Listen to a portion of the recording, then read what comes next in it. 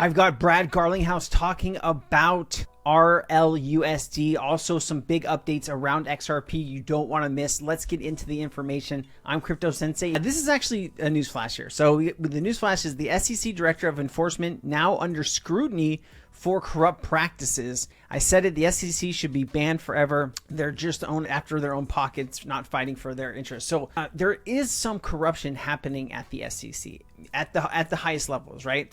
And we do have questions around who is pulling Gary Gensler's strings and what, who is giving him his agenda, right? Is it the banks? Is it Elizabeth Warren? What is it? I love an investigation to happen so we could figure that information out. That would be really, really cool. So here we go. Bullish, Swift. This is actually from my account. Banks to trial token transactions on Swift in 2025. Live blockchain trials will connect central and private banks, allowing real-time money of digital assets transferring to advancing in institutional blockchain adoption. We know the real Swift solution will be XRP. And so, I'm trying to find what connections does Ripple have with Swift. And so let me just kind of go through some stuff I found on Perplexity here. So, there's a competitive landscape. Ripple aims to provide faster, cheaper, and more efficient cross-border payments compared with the traditional system of Swift. If you don't know, Swift is a connection of 11,000 banks that send messages between each other. Usually it takes 3 to 5 days. 6% of international transactions actually get lost. And so, this is a 50-year-old system that definitely needs upgrades. So Swift relies on centralized messaging system without leveraging blockchain technology. Ripple utilizes a blockchain protocol, providing a transparent and secure ledger for transactions. So they actually do have some connections between Swift, Ripple, and R3. As you can see, like I said, Swift is used by over 11,000 institutions in 200 countries. Ripple has gone out and made partnerships with just almost every country around the world. And I do think they are positioning themselves to be, the next Swift. I don't think they're trying to replace Swift. I think they want to work with Swift. So you will see XRP or RLUSD moving across the Swift network, right? Ripple has expanded its global reach, securing regulatory approval in Dubai and holding over 55 licenses globally, as well as what they're doing here in the United States. So major exchange Coinbase will delist non-compliant stablecoins in the EU in December. Only Ripple stablecoin RLUSD and USDC are MiCA compliant. So no tether in Europe, which is actually going to be really cool. RLUSD will launch this year. Ripple will auto bridge currency every RLUSD transaction on the XRP ledger, and this is going to bring value, right? So if there's $1 trillion worth of RLUSD on the XRP ledger, that is going to extremely help out the price of XRP because that's going to go up. I am fighting with that wire. If you haven't noticed, the wire is winning. All right, MiCA regulations to go into full effect in December of 2024. So at the end of this year is when MiCA is supposed to go into full swing. It's just interesting timing with Ripple stablecoin. I would say so, wouldn't you? I mean, it's really interesting. And so here's Brad Garlinghouse talking about it. Brad that says, this is from Jack the Rippler. Breaking CEO of Ripple, Brad Garlinghouse says Ripple's Ledger Zone event in Seoul, RLUSD, helps overall XRP Ledger ecosystem because it adds liquidity to the ledger. That's what I've been telling you.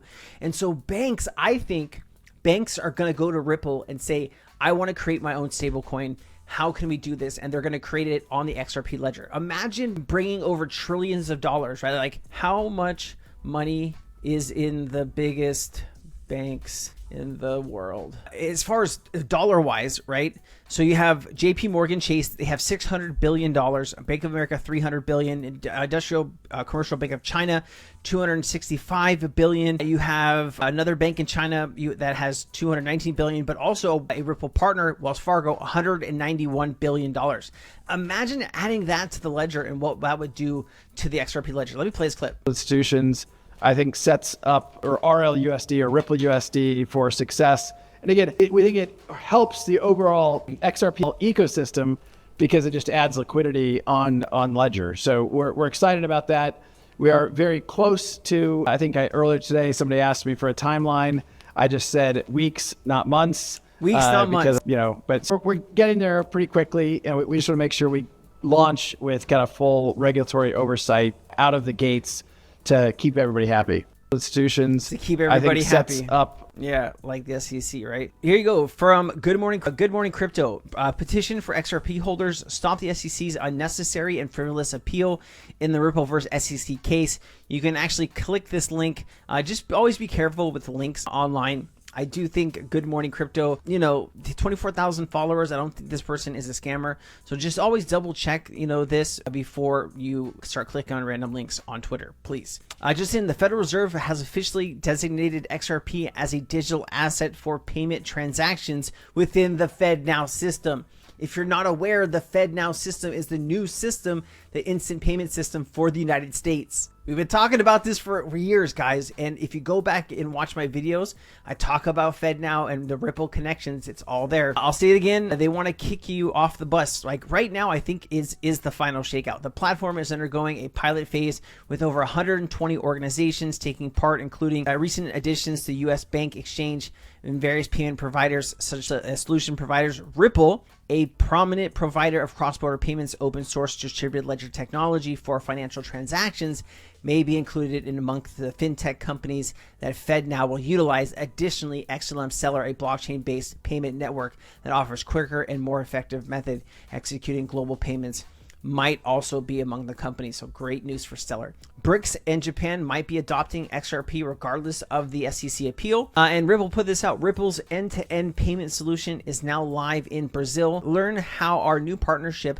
with Mercado Bitcoin will streamline treasury operations between Brazil, Portugal, and boosting cross-border payment efficiency via Ripple managed payment system solutions. Love it. We have Steingraber. I always get his name wrong, so fuck it. Excuse my French. But he put this out here. He's talking about digital assets and liquidity. Ripple Labs offers digital assets liquidity via a liquidity hub, enabling businesses to access liquidity pools and trade features using a single API. He highlighted this. It's been used by fintech firms, including Trangolo, an Asian payments hub, and Finci, a European-based international money transfer provider. Remember, Ripple's gone after cross-border payments, central bank digital currency, and now they are going after stable coins. This is the company that you want to be backing, in my personal opinion. So what's going on with the SEC appeal? James K. Filan put this out. The appeal has been docked for the United States Court of Appeals, a second PACER document system. The case title in Securities and Exchange Commission versus Ripple Labs Inc. and the docket number 24-2648. So here's just like the information. It talks about the trial judge, the magistrate judge, a little bit of information basically on who's being sued. Here you go. Here you have the defendant, Brad Garlinghouse, Chris Larson, and then you have, of course, John Deaton down here and James Lamator, who are helping to fight against what the SEC is trying to do to Ripple. And also here you have another, these are all different lawyers, I believe, that are helping fight against the SEC. John Deaton has been a vital role. He's actually running against Elizabeth Warren in Massachusetts. Please vote your conscience, but we need to get rid of Elizabeth Warren. So vote for John Deaton, in my personal opinion. All right, that's it. That's what I'm saying. Party lines are a very finicky thing, but John Deaton, I believe, is a sincere man who has good intentions, that wants to do good for the country of the United States. And I believe in people like that. I like John Deaton a lot, and I want to see him succeed, and I want to see him make change in our Congress and in our Senate, because right now it's a freaking mess and we need help. All right. And there's just more kind of like court jargon. I'm not going to read it to you. I'd put you to sleep. If you want to join my community, we're about to do a crypto summit, the Cryptonaires KOL. So you www.cryptonairesKOL summit.com. This is going to be big. You can watch this free on YouTube and Twitter. But if you want to ask questions to any of the panelists for any of the panels, you're going to want to join Cryptonaires, and you can do that with a 14-day free trial. So it's like you're not paying anything. I hope that after you come in and you see everything that Cryptonaires has to offer, that you're going to stay. 9 out of 10 people actually end up staying for at least a few months in our community. And I think once the bull market fully kicks off, our community is going to be banging and pumping again. We also have Twin Protocol, a project that we were able to get into early into a seed round for Twin Protocol, and that's launching at the end of this month, and that can mean big money for our community. So if that does really well, man, it's going to be truly insane for our community members. And that's why I do all of this. I want to help people learn crypto, grow, and it's going to be a great time. I hope you enjoyed it, guys. Aloha. I'll see you in the next one.